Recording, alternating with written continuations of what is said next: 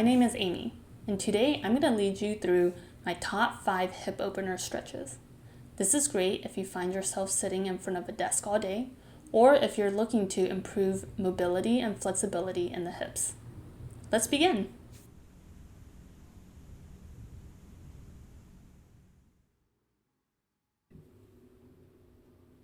Begin in tabletop position, shoulders over your wrists, hips over your knees. With your right foot, take a step in between your hands, come into a lunge position, hands on your hips. Instead of lowering down and bending your right knee too much right away, back off of the lunge so your left hip is above your left knee. Now press firmly down through your tops of your left foot and through your left shins to help lift you up, feeling the stretch in the left hip flexors, and now start to let the hips descend. You may bend your right knee further, feeling your stretch in the hip flexor. Stay here for a moment, breathing in deeply, exhaling slow and steady.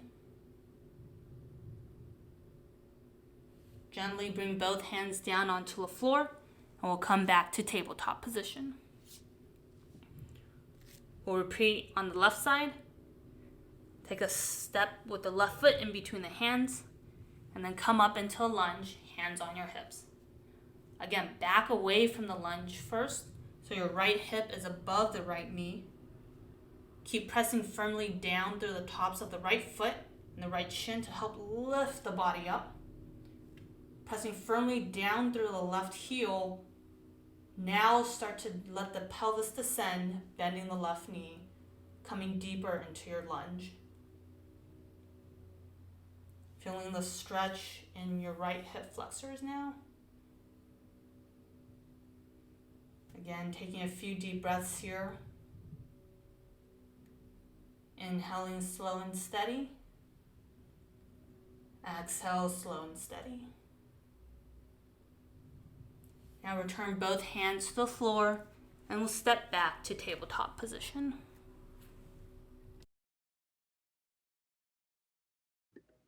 We'll begin in a standing position.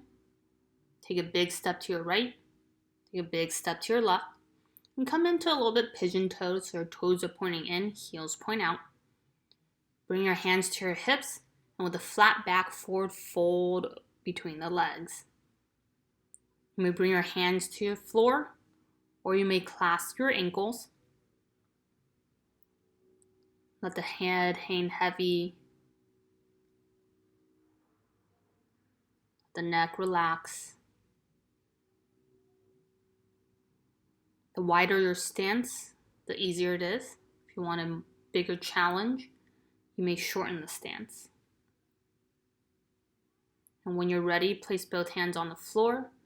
Press halfway up with a flat back, or bring both hands to your hips. The flat back rise up slowly.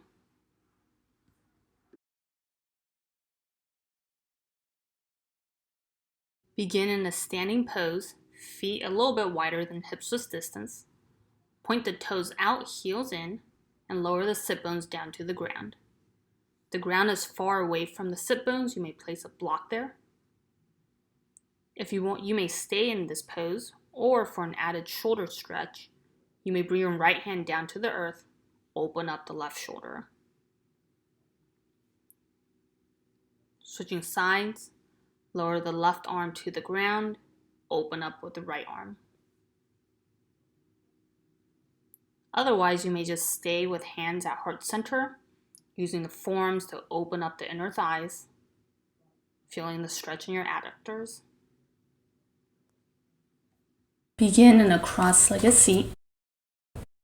Cross the right ankle over the left knee. Make sure the spot of where the left knee is touching the spot an inch above the right bump on the ankle. Your right foot should be dangling off of the left thigh. Now bring the bottom shin out away from you. So now both shins are parallel to each other. If you're sitting on the mat, you may look at the top edge of the mat to make sure both shins are parallel. Bring both hands behind you so you're sitting up nice and tall. Spine is lengthened. And it's okay if you have a big gap between the right knee and the left ankle. If it hurts you in any way, you may place a pillow or a block there to support your right knee. Otherwise, you may just leave both hands supporting you. If you have more space and flexibility, you may start to walk the hands forward and start to fold over the crossed legs. If this hurts you in any way or you find your back starting to round, then just leave the hands placed behind you.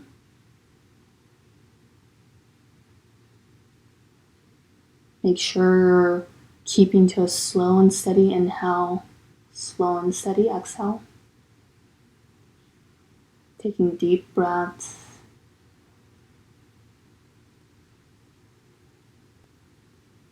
If you're folded over the crossed legs, you may start to walk the hands back behind you, coming up to a seat.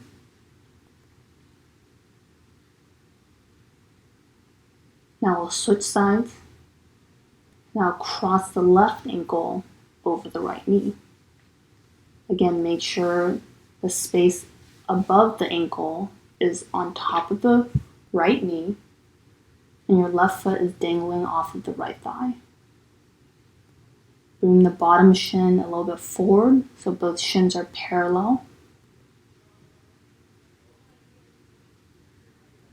Again, if you have a lot of space between the left knee and right ankle, you may place a pillow or a block to support the left knee. You may notice the right and left side is different, and that's okay. One side is usually tighter than the other. Again, you may keep both hands behind you, or otherwise you may start to walk the hands forward to fold over the crossed legs. If it hurts in any way, just back off the stretch. And then make sure you come back to that slow and steady inhale, slow and steady exhale. If you're folded over the legs, you may start to walk the hands back behind you, coming back up to a seat. And then you may gently uncross the legs.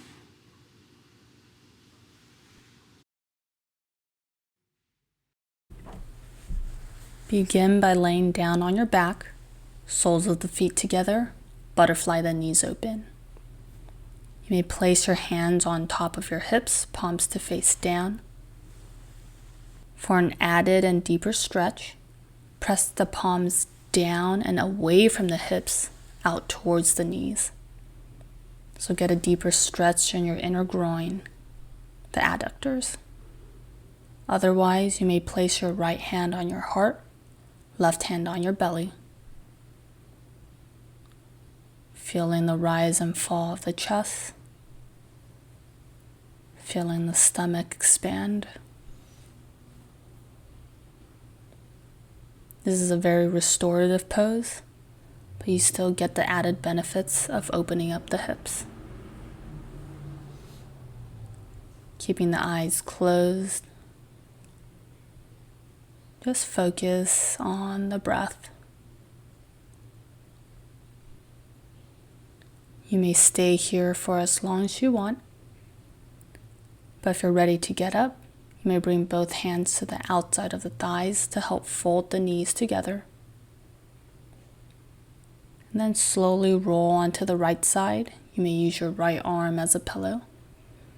Then using the left arm to help press yourself up to a comfortable seat. Thank you all for joining me today. Namaste.